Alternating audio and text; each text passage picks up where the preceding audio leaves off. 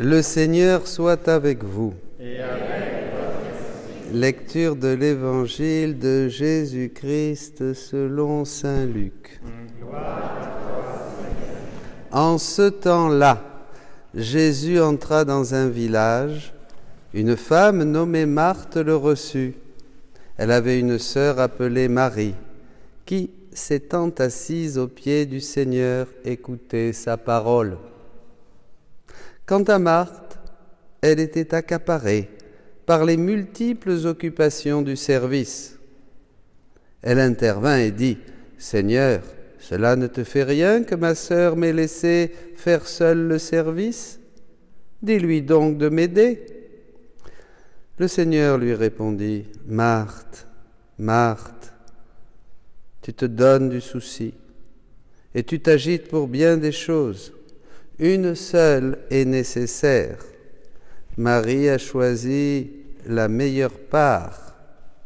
Elle ne lui sera pas enlevée. » Acclamons la parole de Dieu. Louange à toi, Seigneur Jésus. Et oui, ce mystère qui était caché depuis toujours à toutes les générations est maintenant manifesté à ceux qu'il a sanctifiés dans cette dernière et ultime grande effusion de l'Esprit, par ce don de la divine volonté. Dieu a voulu nous faire connaître cette gloire sans prix qui est la nôtre. Le Christ est parmi nous maintenant, l'espérance de la gloire. Cette gloire est à nous. Et déjà, regardez comme c'est beau, quel chemin, mes amis.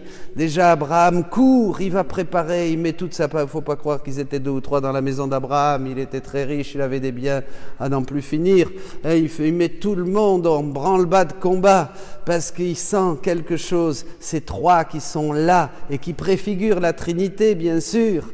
Cette Trinité, voyez, elle se laisse déjà un peu voir dans cet épisode d'Abraham. Et quel chemin il va falloir faire pour qu'un jour nous entendions que la finalité de l'être humain, Abraham, vous et moi, ça soit d'être parfaitement unis à cette bienheureuse Trinité, unis, ayant tout en commun avec la Trinité, communauté de vie, communauté de volonté, communion de volonté, d'attributs, d'agir, tout.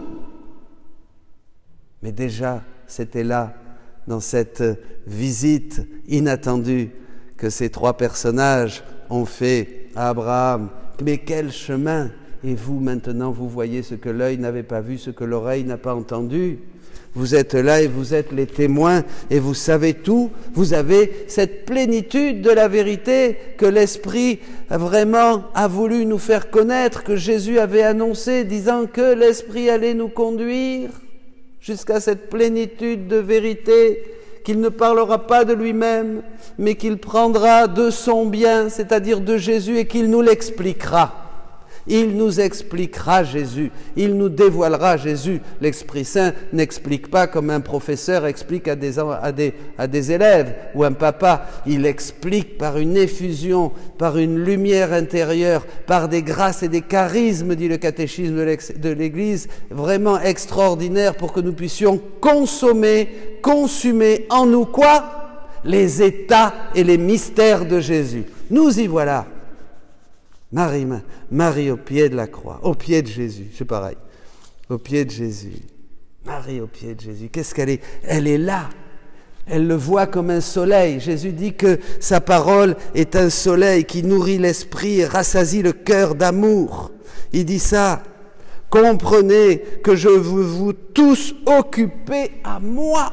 Fasciné par ce soleil. Vous comprenez la raison de cette retraite ici à Vannes ? C'est ça, sans que vous ayez aucune distraction pour faire autre chose. Volume 10. C'est pas ce que fait Marie. Marie-Madeleine est là. Elle est fascinée par le soleil de Jésus, par sa parole. Et qu'est-ce qu'il fait ? Il lui révèle, dans la mesure et à son époque, ce qu'elle pouvait comprendre et contenir. Le mystère caché depuis toujours, Le mystère caché depuis avant les siècles.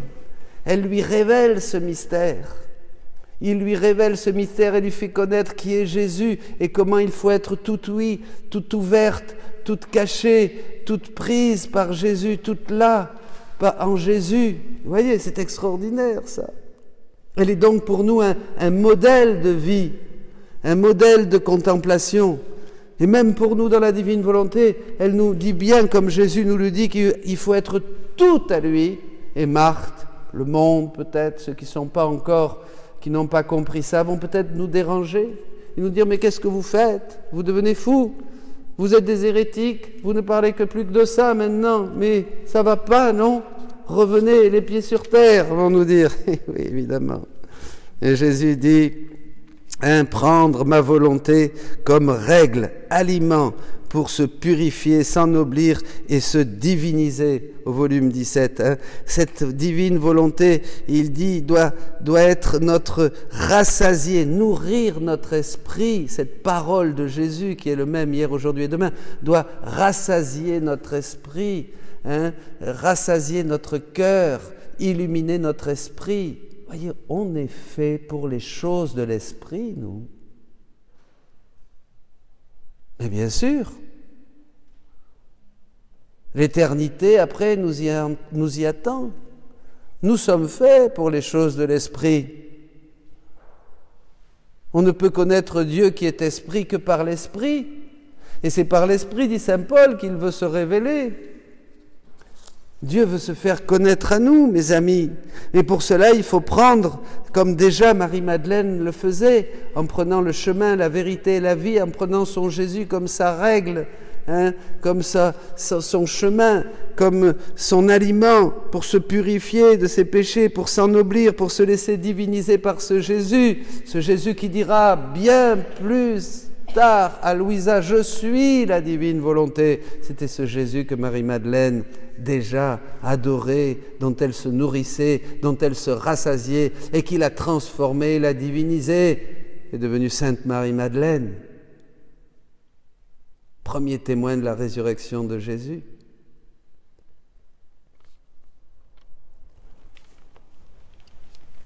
Je ne veux plus que vous vous occupiez d'autre chose. Je veux que vous vous occupiez de tout, ce qui est nécessaire, bien sûr, mais à partir de moi. La révélation va plus loin. Je veux que ce soit moi qui agisse à travers vous. Je veux vos organes, je veux vos membres, je veux vos yeux, vos oreilles, vos mains, vos pieds, pour pouvoir déployer ma vie. C'est pour ça que nous avons des sens et des organes, pour que Dieu, dans la divine volonté, si nous disons fiat, puisse déployer sa vie dans nos regards, dans nos paroles, dans nos gestes, dans tout ce que nous faisons, pensons. Mais c'est pas beau ça? Vous comprenez? Nos organes ont été, nos sens ont été déviés à cause du péché. Et ils ne se sont mis qu'au service de nos égoïsmes, qu'au service de nos petits projets, de nos petites réalisations personnelles. C'est pas pour ça qu'on voit, qu'on mange, qu'on marche, qu'on regarde, qu'on prie.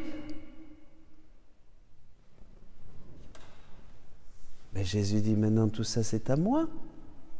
Je vais faire comme la divine volonté faisait dans ma mère, toute belle, toute pure. Tout en elle était divin, comme dans mon humanité. Maintenant que je vous dis ce que ma divinité faisait dans mon humanité, dans ce troisième renouveau, je vous donne tous les excès de mon amour, je vous fais tout connaître, je vous dis tout, je vous dévoile tout.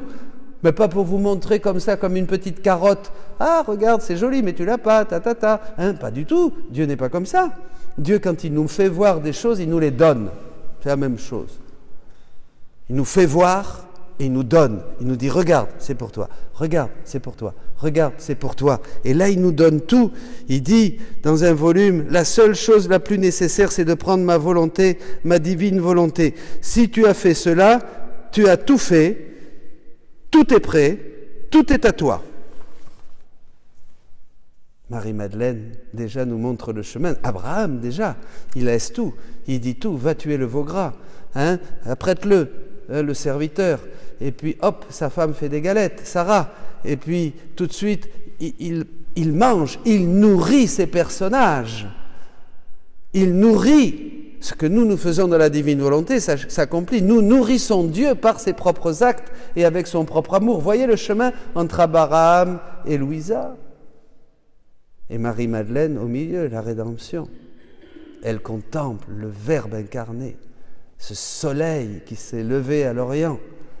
Elle le voit, elle l'aime, elle baisera ses pieds, elle essuiera de ses larmes, hein, de repentir ses pieds. Elle est témoin de cette renaissance dans le Christ que nous donne la croix et la résurrection. Elle va l'annoncer, folle de joie et de bonheur, aux premiers apôtres.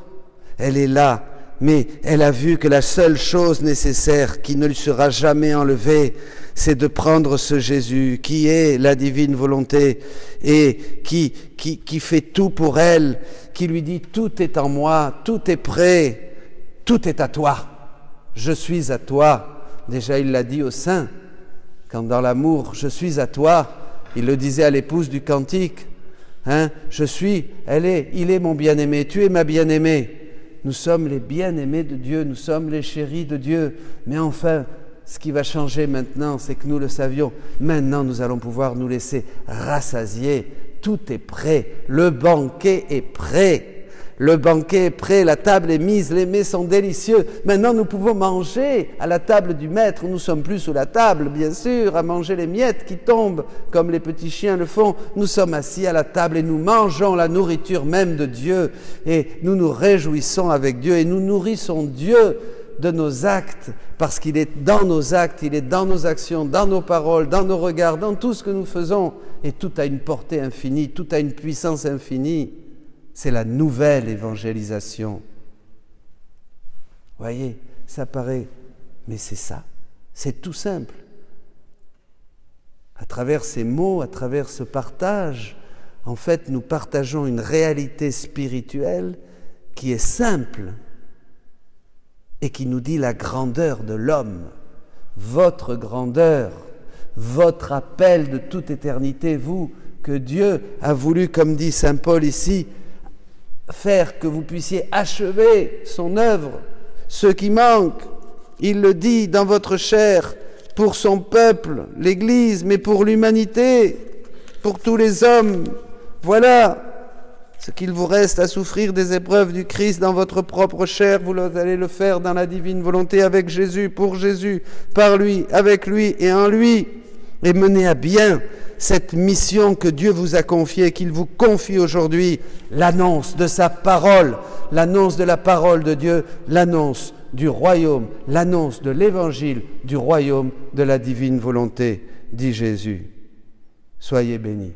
Allez et proclamez, annoncez la bonne nouvelle à toutes les nations, à tous vos frères, au monde entier. Soyez bénis.